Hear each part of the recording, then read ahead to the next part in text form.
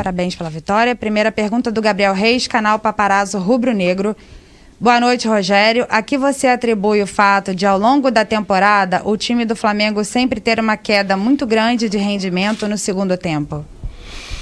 Olha, eu não vejo dessa maneira. Eu acho que há 2 ou 3 jogos atrás todos elogiavam o preparo físico do Flamengo. Eu acho que é uma coisa meio cíclica, né? Alguma coisa que anda em ciclos. Quando você zera um marcador, tem uma subida de rendimento na visão das pessoas. Quando você sofre um gol, tem uma queda de rendimento. Por exemplo, Michael, Bruno Henrique e Vitinho, os 3 subiram de rendimento no segundo tempo, né? De intensidade e de distância. O problema é que você toma o gol muito no começo do segundo tempo. Isso sim é uma coisa que incomoda a gente, porque a gente volta para o segundo tempo alertando justamente disso e acaba tomando gol com menos de 30 segundos. E aí o comportamento da equipe fica um pouco mais alterado.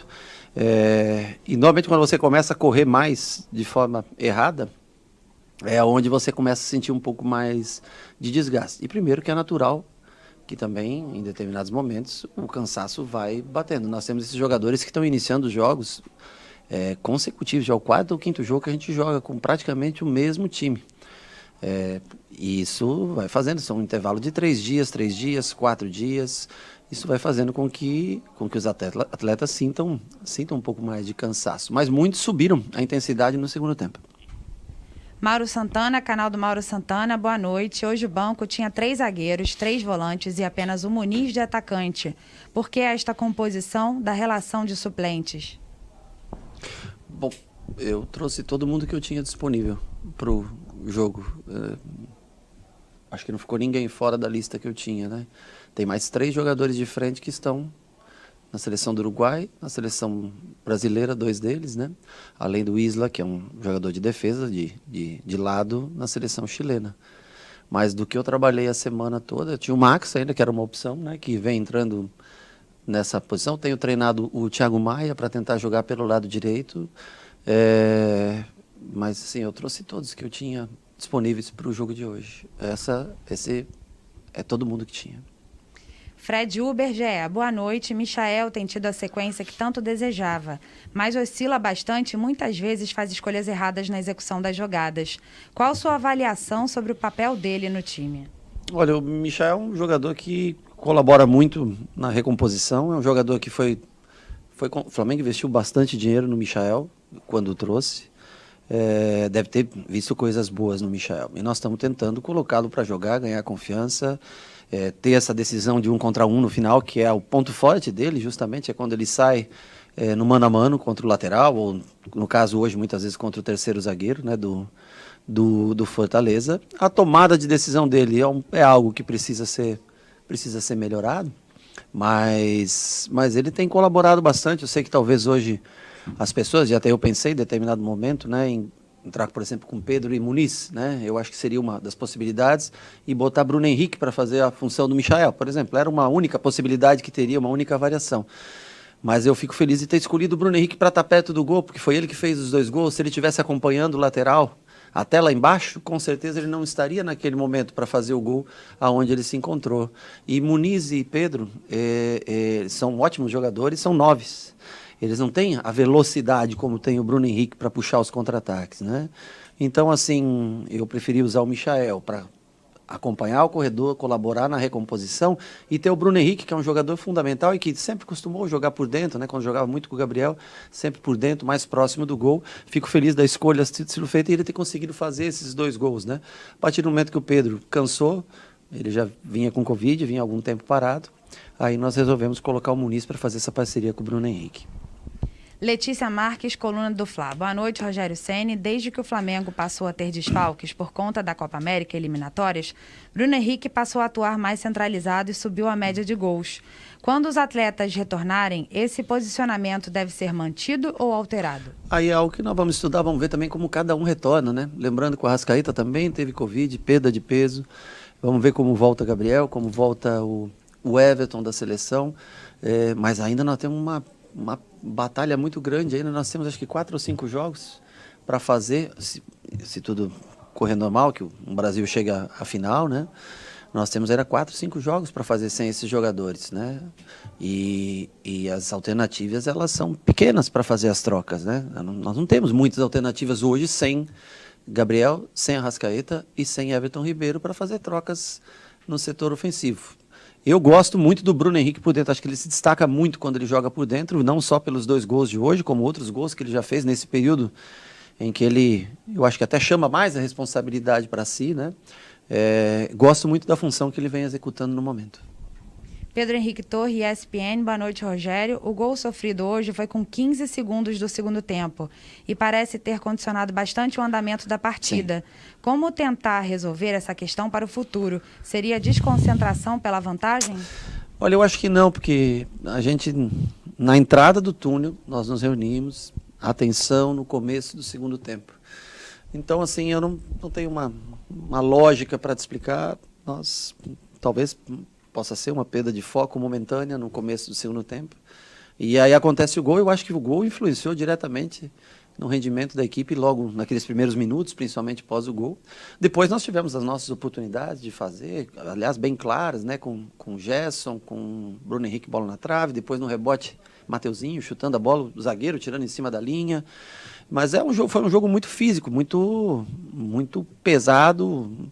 O gramado dificulta você ter bastante o controle do jogo, mas mesmo assim, foi como no jogo passado contra o Bragantino, nós criamos o dobro de oportunidades que o adversário, se nós tivéssemos feito o terceiro gol antes. Mas com relação ao gol sofrido, é algo que nós temos que estar mais atento nos inícios de segundo tempo. Jonas Stelman, Rádio Alternativa Esporte. Boa noite, Rogério, parabéns pela vitória. Qual a importância da volta do Thiago Maia em meio à saída do Gerson? Muito importante, na minha concepção, na minha cabeça, é um jogador que eu vejo não para fazer a função do Gerson, porque como o Gerson, ninguém se posiciona no campo, ninguém joga tão bem de costas, né, para o adversário, protegendo essa bola, girando, levando a bola à frente. Ele é um jogador diferenciado. Mas o Thiago foi um jogador que a diretoria também insistiu depois da sua lesão para ficar aqui no Flamengo, né? E eu queria ter colocado o Thiago Maia hoje. Mas o jogo, a lesão dele não é uma lesão simples, é uma lesão complexa. Ele vem treinando bem, mas num jogo tão disputado, tão físico mesmo foi esse jogo na fase final, eu achei melhor preservar para uma próxima oportunidade. Eu tenho mais 2, 3 dias de treinamento para que ele... Mas eu conto muito com o Thiago. É um jogador que eu tenho como opção para usar nessa posição ou na função que o Gerson, infelizmente, nos deixa hoje. Então eu confio muito, acredito muito nele, mas assim, as pessoas têm que ter um pouco de calma, porque não é uma lesão simples que ele sofreu. Não é uma coisa que você coloca o jogador dentro de campo e você não corre risco nenhum. Ele tem ainda que pegar esse ritmo de jogo. Hoje, pelo jeito que se desenhou a partida, eu não achei que era o momento ideal para colocá-lo no campo de jogo. Bruno Cortes, Grupo Globo. Rogério, qual foi a importância do Gerson nesse período em que você esteve à frente do time? Ele é um jogador diferenciado, uma pessoa também muito querida por todos. Acho que todos têm vídeo as homenagens que o clube fez, que os atletas fizeram, que o torcedor fez hoje aqui na arquibancada. Ele é um cara nota 10, fácil de se lidar no dia a dia, talentosíssimo, vai fazer muita falta pra gente. Vai pesar muito porque agora, além dos 4 desfalques, nós também temos a saída do Gerson para esses próximos 4, 5 jogos e a não volta desses outros jogadores. Então, nós vamos ter que encontrar alguma solução de maneira parecida ou pouca coisa diferente para tentar minimizar essa ausência que é muito significativa para a gente. Rafael Melo, canal Rafa Melo. Ceni, Pedro demonstrou uma grande insatisfação ao ser substituído. Qual sua opinião sobre a atitude do jogador? Fico triste. Acho desrespeitoso, não só comigo, mas também com o atleta que vai entrar, com o clube, enfim. Pedro, eu acho que também, e não é muito da característica do Pedro. O Pedro é um bom menino, sabe? Ele é muito bom garoto. Eu acho que esse negócio de seleção, convocação, também mexe um pouco com a cabeça dele. Eu prefiro levar por esse lado. Acho uma cena lamentável, que não cabe mais no futebol de hoje. Você vê que ele voltou de Covid, o Muniz fez 2 gols no jogo passado, ele teve a oportunidade de começar jogando. Não acho uma atitude correta, sabe? Acho feio. Mas eu entendo que a cabeça dele possa estar embaralhada um pouco com essa convocação, não poder ir para a seleção, tá no Flamengo, jogando pelo Flamengo, sair no jogo. Eu achei que era o momento de tirá-lo, colocar o Muniz com mais energia, né? Até porque o Muniz vem treinando também há mais tempo, mas não deixa de ser um grande jogador, não deixa de ser um menino nota 10 que teve, acho que uma atitude que não é condizente com o que eu conheço do Pedro. Guilherme Gordo, Rádio Bangu FM. Ceni, boa noite. Com a saída de Gerson, você pensa em colocar o William Arão como volante ou ainda pensa em improvisar o jogador como zagueiro? Eu não acredito que o William Arão seja mais um improviso como zagueiro, porque ele tem uma sequência. Aliás, ele é o jogador com mais minutagem do Flamengo no ano. E a maior minutagem dele é jogando como zagueiro. Mas não deixa de ser uma possibilidade, não deixa de ser uma possibilidade também poder trazê-lo. Agora, o Arão não é mais um improviso de zagueiro, né? Normalmente, quando a gente passa zerado, o William Arão é muito elogiado como zagueiro. Quando você sofre um gol, o William Arão parece ser um jogador improvisado na zaga, né? Então, assim, as coisas são analisadas muito de acordo com o zero no placar ou não. Mas você perguntou do William Arão fazer a função do Gerson? Não, isso é impossível. São características distintas, né? Talvez de colocar ele como primeiro, passar Diego para frente, aí talvez possa até haver alguma possibilidade. Mas nós vamos estudar agora esses 3 próximos dias para ver qual a melhor maneira de escalar a equipe para o jogo contra o Juventude. Wesley Ramon, portal Urubu Interativo. Ceni, boa noite. O que você esperava do Michael em campo na partida de hoje? Ele conseguiu entregar o que você pediu para ele? Olha, eu sempre espero o comprometimento do jogador. Eu acho que ele foi comprometido durante o jogo. Eu repito, eu trabalho todos os dias para isso, elogio ele durante o jogo, incentivo ele durante o jogo, porque eu acho que ele precisa disso. Ele não tomou algumas boas decisões no terço final do campo, na hora de escolher um bom passe, um bom drible, uma finalização, mas eu não conheço outro jeito de tentar melhorá-lo que não seja, nesse momento que nós estamos, dar uma oportunidade para ele jogar. Então, assim, ele é um jogador rápido, um jogador que preocupa a equipe adversária, tem uma recomposição boa para ajudar. Repito, se eu tivesse colocado o Bruno Henrique, era a única opção que eu tinha, jogar com 2 9s e colocar Bruno Henrique do lado. Nós teríamos afastado o Bruno Henrique da área, colocado ele para fazer corredor, o nosso talvez principal jogador hoje, que é o jogador que tem essa velocidade, sai na frente do gol. Eu poderia ter feito essa alternativa. Achei melhor colocar o Michael para fazer esse corredor, deixando o Bruno Henrique próximo ao gol.